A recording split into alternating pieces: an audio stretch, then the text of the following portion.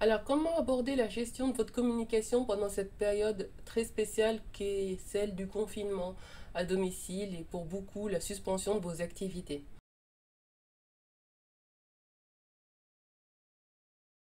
Pour faire cette vidéo, je vais me reposer sur une publication que j'ai sortie cette semaine sur mon LinkedIn. Si on est connecté sur LinkedIn, c'est que vous avez peut-être aperçu le texte, peut-être que vous n'avez pas lu. J'avoue que c'était un très long texte et que j'ai mis un peu de temps à l'écrire. Pour gérer la communication dans cette période très spéciale, j'ai envie de dire que il y a quatre questions vraiment importantes à se poser. La première, c'est est-ce que je fais comme si de rien n'était? Je continue mon plan de communication, je vais faire comme si tout allait bien, comme si les commerces étaient ouverts, comme si les gens n'étaient pas inquiets. Et je continue mon plan de communication et de promotion habituel sur mes réseaux sociaux lorsque j'ai déjà une communication digitale en place. La réponse est non, bien sûr que non. Vous pouvez surtout pas ignorer ce qui se passe dans le monde parce que ce monde, c'est celui de vos clients, celui de vos partenaires, celui de vos salariés.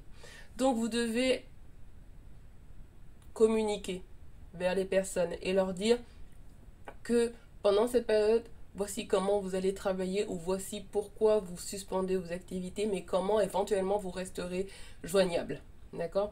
Donc la première chose à faire en cette période très spéciale, c'est de accuser réception et de notifier votre audience, vos clients. Si vous avez une base mail, il est temps de vous fendre d'un emailing, d'accord? Et de dire comment est-ce que vous allez vous positionner, comment est-ce que vous allez vous comporter. La seconde question que vous pouvez vous poser, c'est est-ce qu'il faut que je communique pendant cette période de lockdown? Peut-être que personne n'en a rien à faire de mes produits, je suis dans le secteur du BTP et tout le monde s'en fiche de ma proposition pour les cloisons, tout le monde s'en fiche de ma proposition pour l'agencement, ou tout le monde se fiche de mon savoir-faire d'assureur par exemple, parce que tout le monde s'inquiète d'acheter du papier toilette. Ok, la vérité c'est que oui, vous devez continuer à communiquer parce que les personnes pour qui vous existez, les personnes qui sont susceptibles de vous acheter ou de vous recommander, sont peut-être dans un moment très stressant, mais elles sont toujours là. Elles existent toujours et elles vont pas passer toute leur journée à regarder les chaînes d'information continue.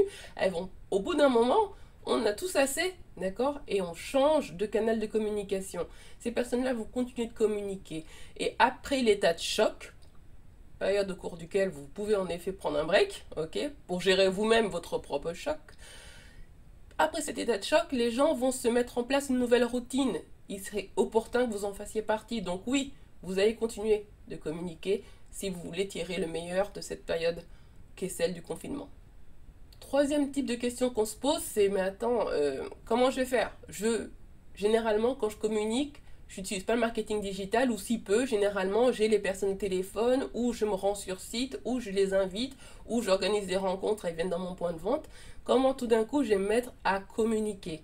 Eh bien, j'ai envie de vous dire qu'il est plus que jamais temps pour vous de vous accoquiner avec le marketing digital et de faire usage des outils de communication digitaux.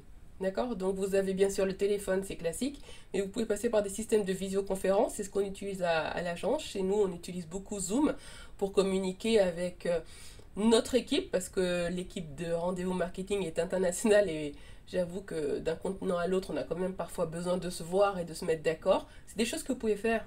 C'est des choses que vous pouvez faire de chez vous, comme vous le voyez, ma vidéo est faite de chez moi. Et pour ça, vous utilisez les outils digitaux. On va faire quelques petits tutoriels à votre attention, mais c'est très intuitif et très facile.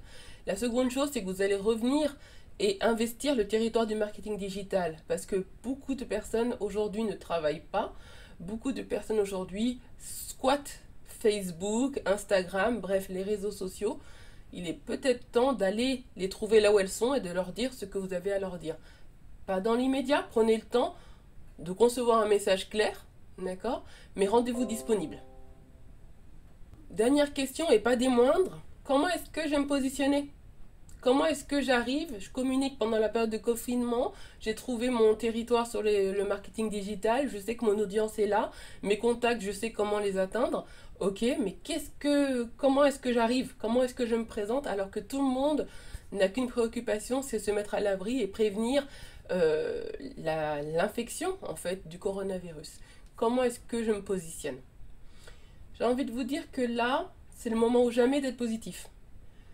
Ne succombez pas aux sirènes de la panique, d'accord? N'accompagnez pas les gens dans leur peur, mais promettez-leur que ça va passer et que après cette période de confinement, après que le coronavirus soit devenu une péripétie dans notre histoire, vous serez là et vous serez en mesure de leur apporter les solutions pour les problématiques qu'elles auront. Donc j'ai envie de dire que s'il y a un mot que vous devriez retenir quant à la manière dont vous allez vous positionner sur les réseaux, c'est le mot positif. Soyez positif dans votre approche, soyez positif dans la manière dont vous vous présentez, tenez compte de ce qui se passe en ce moment, pour autant rappelez-leur ce en quoi passer par vos services, soutenir votre cause, fait sens pour eux. Rappelez-leur combien la vie est belle quand on arrive à se sortir du nuage de panique qui aujourd'hui envahit le monde entier. Voilà, donc c'était la première vidéo de cette série mars-avril, j'espère qu'elle vous aura plu. Pensez à commenter, dites-moi si ça vous a apporté un éclairage. Si vous avez encore des questions sur la manière dont vous positionnez en termes de communication pendant cette période, je vous en prie, commentez ou envoyez-nous un message à travers notre site internet ou en message privé, peu importe, contactez-nous et puis notre équipe va regarder ce que vous nous racontez et puis va essayer de réunir les éléments pour vous donner dans notre prochaine publication tout l'éclairage dont vous aurez besoin.